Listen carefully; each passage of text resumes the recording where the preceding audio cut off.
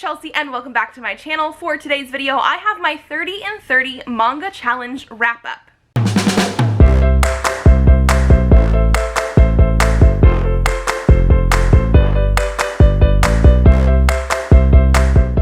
So this was a challenge that was hosted by Isabel from Happy For Now, Shay from Shay Geeks Out, and Tamika from Library of Tomes. I will leave their channels and everything linked down below. And I did finish 30 volumes in 30 days, and I'm very proud of that because there were definitely some days I forgot to read a book in between stuff, or I got so busy that I wasn't able to do that. But I did end up reading 2 to 3 volumes a day near the end of the month to catch up, and I did officially hit 30 volumes in 30 days. So I think what I'm going to do is just sort of talk about the manga series or volumes that I read, because some of these are individual volumes and then some of these are majority of series or continuation of series that I've been reading. And so yeah, Presley is currently playing with Waiting for Spring. Can you show the camera? Oh, we're gonna stack it. Good job.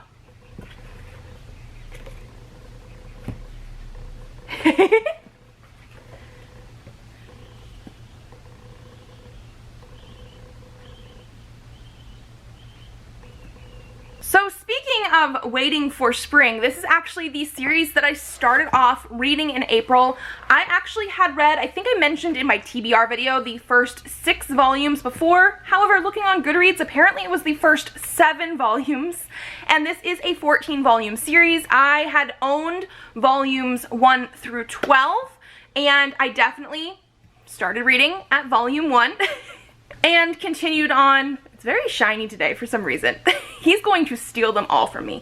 Continued on going from 1 through 12. This is a series for me that starts off at a 4 stars. The first few volumes of this series I liked, but I didn't fall in love with them. And I want to say around, it was either volume 5 or volume 6, they started all being 5-star reads. Absolutely amazing. So good. Maybe I can grab volume 14 and he'll be okay with this. But this is a series that follows Mitsuki, who is going into, I think, her first year of high school, and she hasn't really made too many friends yet, and so she ends up befriending the boys on the basketball team.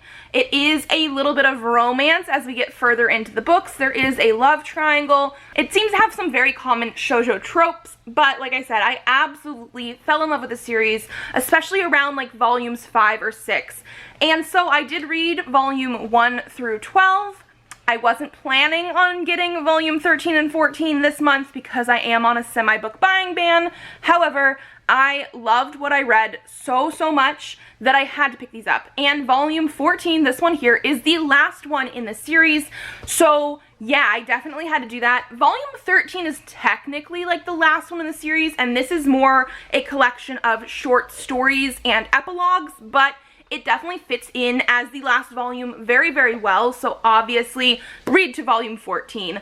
But I had to purchase them so I could finish out the series, and I officially did finish out the entirety of Waiting for Spring this month. So good, highly recommended. And Presley has made a little bit of a mess of them. Moving into the next thing that I read in April, I have Death Note Volume 2 and Volume 3. This is the Black Edition, so technically this is Volumes 3 and 4 and 5 and 6 in the Death Note series, which has 13 volumes, I believe it is.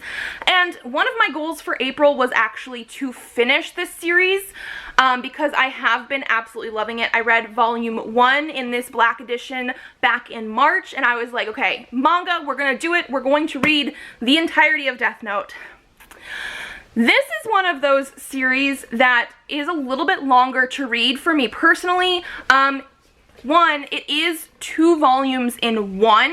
However, like I mentioned earlier, near the end of this month, I was reading 2 or 3 volumes in a day, along with other books, so I could catch up on my 30 volumes. However, Death Note is very wordy, and it's not in a bad way necessarily, but the whole premise of this is that Light has a Death Note, which is a, notebook from a Shinigami, which when you write somebody's name in there, they're gonna die of a heart attack within 40 seconds.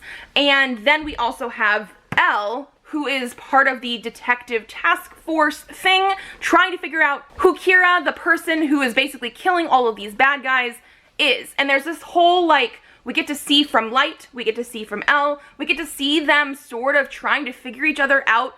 One person being Kira, one person trying to figure out who Kira is, and so there is a lot of dialogue in here. Like, every single page has multiple speech bubbles per panel, and so it is just one of those ones that I feel like is so dense compared to something that's more actiony or something that's a little bit more shoujo-y. Like, let me pull up Waiting for Spring that we were just doing. Like, you see the difference in how many text bubbles, speech bubbles are on the page. Death Note has a whole lot more everywhere. And again, it's not a bad thing, but it definitely got to the point where I was like, there is no way I'm really going to be able to finish volumes 4, 5, and 6 by the end of the month. Because by the time I remembered I wanted to do Death Note, because I did do these ones quite early, I was just way too far behind to try and fit more chunkers in. But I am absolutely loving these. I gave them both 5 stars. I did DNF the anime twice, so I'm hoping that I will continue with this, maybe 1 or 2 volumes a month for the next 1 or 2 months to get it all finished.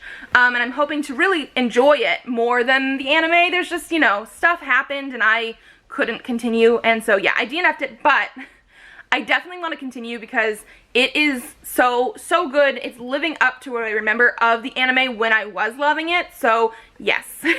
Okay, and then the next volume that I read actually was an arc that I received from NetGalley, and it was for A School Frozen in Time, Volume 1 by Mizuki Sujimura, and the art is by Naoshi Arakawa, who is the writer and illustrator of Your Lie in April, which I absolutely love. So that was part of the reason I picked this up, was because of the illustrator, and I ended up giving this volume 3.5 stars.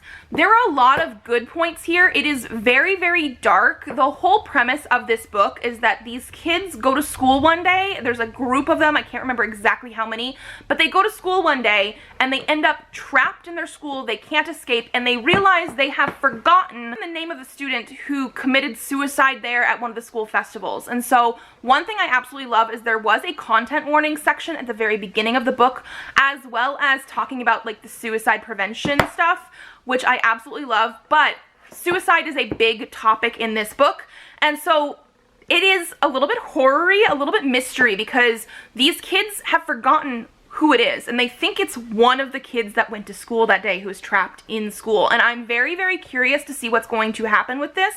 However, the actual characters themselves are a little bit forgettable, and over the top. There are some things that happen and some things that the characters do that are just like way out there, and I'm like, how is this believable? But at the same time, we didn't get very much of the characters, and they all sort of blended together at the same point. We did get a focus on one specific character near the second half of the book, and that leads me to believe we're going to get a little bit of each character as we go through this series. I feel like in the next volume we'll probably get another focus on 1 or 2 other characters as they're trying to figure this stuff out. I did absolutely love the like horror mystery vibes, and so I definitely want to continue. It just wasn't like blowing me away, but I do think this is one to keep an eye out for. And then another series that I read, all of the books that I currently own, is, can we see this? There we go. Aoharu Ride by Ichigo Takano. I own the first 9 volumes in this series, and I had read the first 2 volumes previously. I think I had gotten the first 2 at some manga sale, and so I read those 2, fell in love with them, and then eventually purchased the rest up through volume 9. That was like when those were out, and never continued with it.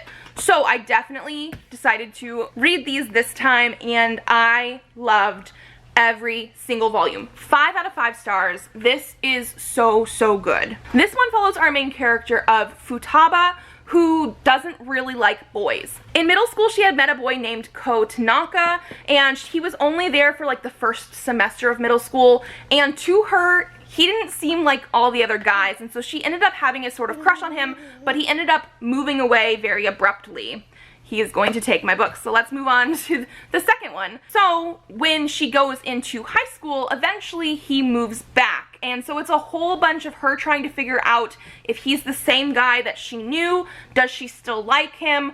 Are they able to have a friendship? It is such a good like high school story, because not all of this is about the romance, even though there are some romantic elements. It's also about friendship, him trying to have friends coming into this new high school, her being who she is, and not trying to force herself into any box based on what guys like or what girls like, all this kind of stuff, and I absolutely loved this.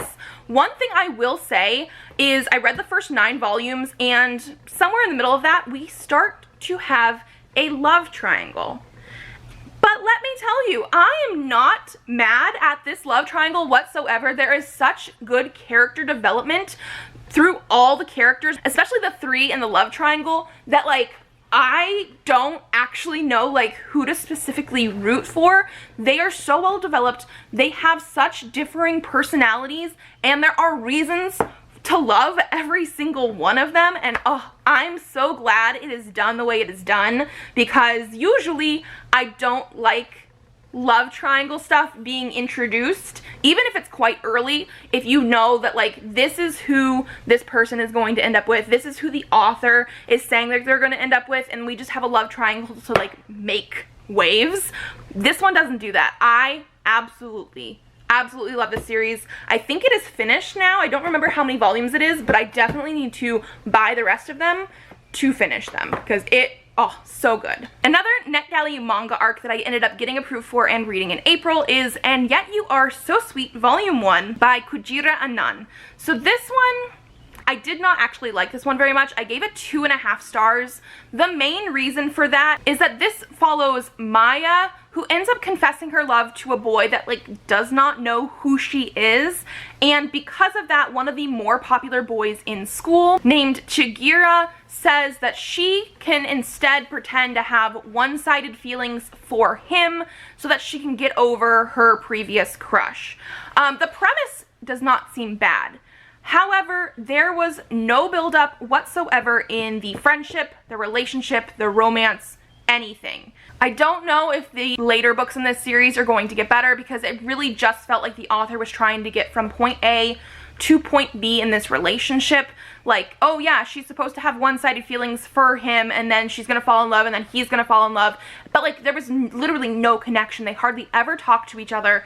It just felt very fake to me, especially after reading so many good shoujo titles this month. I don't think I'm going to continue. It wasn't horrible, but I had no connection to the characters whatsoever. And then finally, the last 3 volumes that I read are The Promised Neverland by Haru Ride. I had volume 3, volume 4, and volume 5. These actually were a gift for my birthday from Isabel from Happy For Now, so thank you so much for this. I had previously watched the anime and read the first 2 volumes. I absolutely love this series. It is a very hard series to pitch to people because you cannot know much going into it. You just need to go in and experience it. But basically, this follows a group of kids at an orphanage who are being taken care of by mom, and then stuff happens. Like, literally, I cannot get into it. One thing that I really enjoyed, because I do love this series and the anime and everything so much, volume 5, the end of the anime ends about halfway through volume 5. So I got caught up to where the anime ended, and we got to continue into new things, and it is still so weird in the new things, but again, super compelling. I absolutely love the characters in here. Not only that, but there is like a logic aspect in here that like, oh, it's, once you figure out what's going on, it makes so much sense, and I just love it so much. Like, I need to, again, continue with the series. I do also think this series is finished. However, I only have through volume 5, and I think it's a very long series, so this might take me a little bit longer to continue reading and collecting all the volumes, because I absolutely loved it, but I'm so glad I got to finish these as well. And so that is it. Those are all 30 volumes that I finished in April. I think if we're going to be counting, we did 14 Waiting for Spring, plus 9 Aoharu Ride for 23, 3 The Promised Neverland for 26, 2 Death Note for 28, and then the 2 arcs for 30. I absolutely love doing this. I love manga, but I don't always prioritize it, even though I should. I do always read at least a volume or 2 every month, but I loved the fact that we were basically focusing on manga this month and reading as much as possible. It was so much fun. Thank you guys for hosting this, and if you like this video, give it a thumbs up to let me know. Subscribe to this channel if you would like to see more videos. I do have videos up Mondays, Thursdays, and sometimes Saturdays, so I will see you then. Bye!